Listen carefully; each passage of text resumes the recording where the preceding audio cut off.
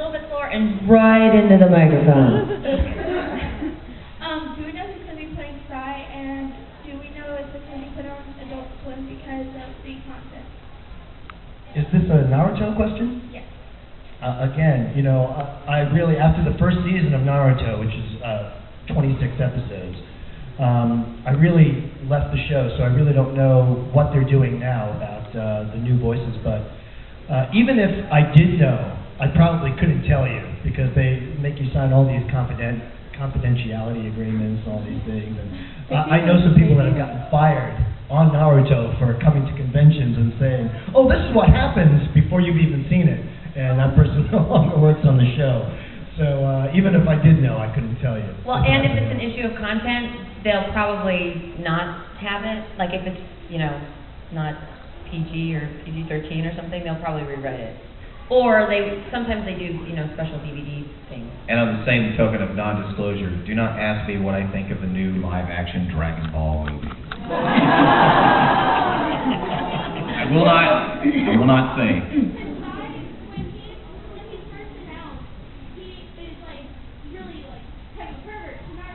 Oh, yeah. Who is it?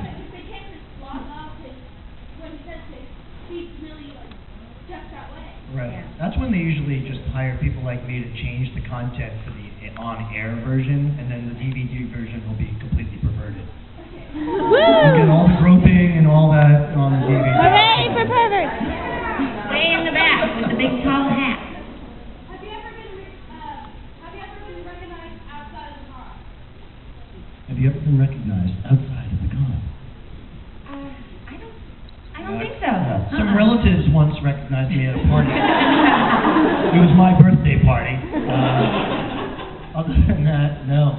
Yeah, generally, it's a weird kind of fame. It's a fame you have to go someplace to get, you know? And if you're in a grocery store and they said Sonny Strait is signing autographs on aisle 3, nobody would show up. But if you said Krillin is signing autographs on aisle 3, you might get a few people. Oh, yeah. Or Hughes, right? Yeah. This is a question for all of you, but what was your favorite anime you've ever been, like, dubbed in? Or Favorite anime? yeah, that you were dubbed in. Well, for me, Digimon Data Squad, as far as just working on it, was great. But I played a very small role in that. But just as a voice actor, since this is a voice actor panel, definitely Wolfwood and Trigun was my favorite. It was fun, mostly, you know, I got to use my own voice, which is rare. Usually you have to, you know, get your mind, Digimon too! So, you know, that can only last for so many hours in a booth before your voice is like, get your mind, Digimon too! But Wolfwood was great, you know, you get to just talk like Wolfwood, just talk like me, and you get to act with a cigarette dangling out of your mouth. I used a pencil mostly. But it's just rare that you get to use your own voice. And it's nice not to strain, you know. I wake up in the morning with that sort of cloudy thing anyway, so it was really easy for me. Just a couple of cups of coffee and I was ready to go. No warm-up necessary for my voice. But you guys? Susie has always been a favorite of mine. She was just ridiculously hilarious. And we had so much fun doing it. We laughed more than we actually got recorded. We laughed more than the audience did. Yeah, exactly. And, you know, I did this little Dizzy Lizzy girl on Tokyo Pig, and she was really, really fun. I love playing Dizzy Lizzy. So, I think those are my two favorites. Have you guys seen Funimation's Lupin the Third movies? Yes. Yeah! I got to play Lupin. I got to record. I had to be the director for it, and I wrote a couple of the movies as well. I had more fun doing that than anything I think I've done in Funimation.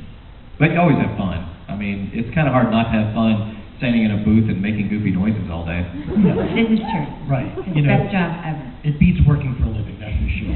Hell yeah. One day, some guest was in the booth, you know, and they were just sitting there watching their friend record or whatever, and just they were a plumber. This person, the guest, was a plumber, and they were just like, "You guys have way too much fun to get paid for this." You know? Like, we're lucky.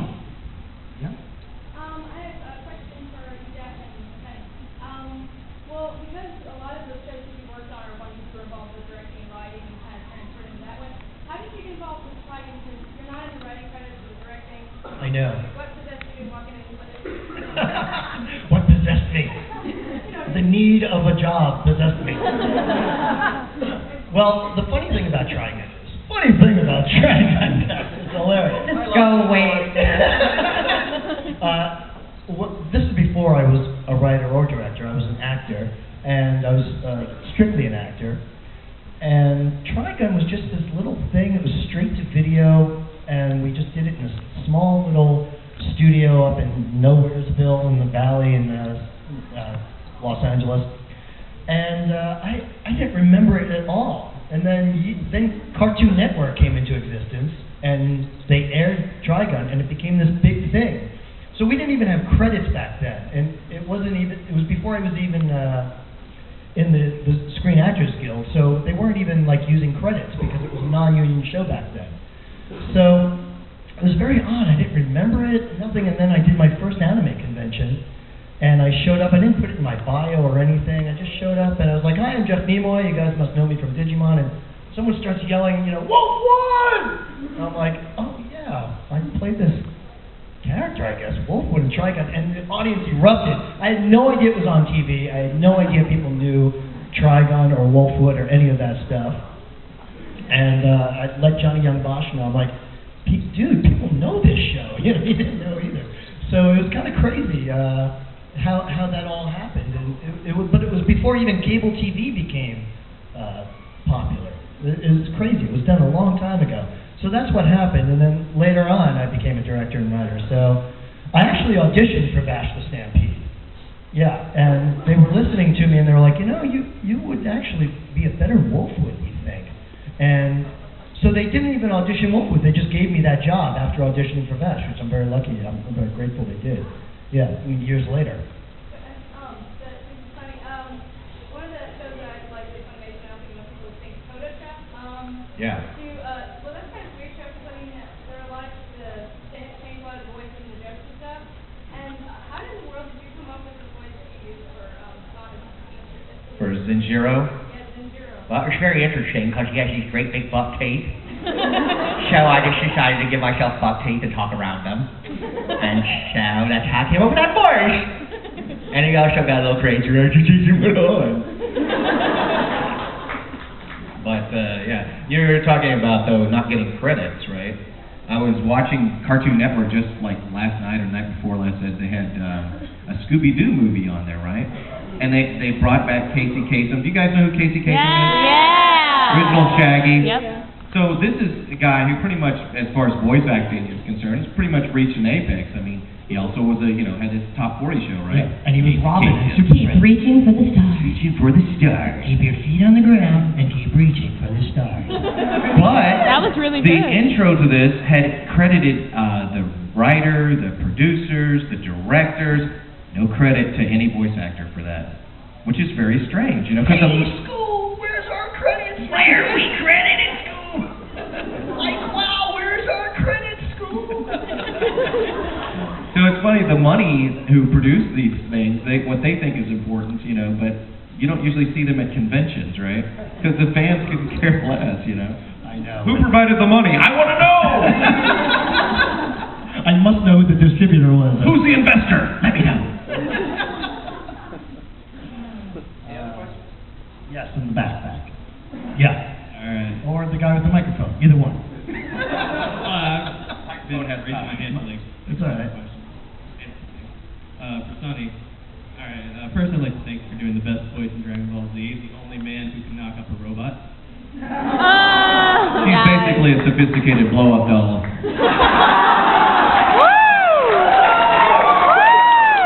Who can bear children? Okay. It's true. I was in the show. It's true. My question is, how can Krillin do the multi-form? You're obviously doing it right now. How did I what? How can Krillin do multi-form? He's just a human. Piccolo can do it. I got that. Tien, he's got 3 eyes. I didn't understand the question. It's really hard for us to hear sometimes up here. Spike right in the Okay. middle. How did he what? How can Krillin do the multi-form? How did he do multiform? Exactly. Something like that. You can do it right now. I don't know. I don't write this crap.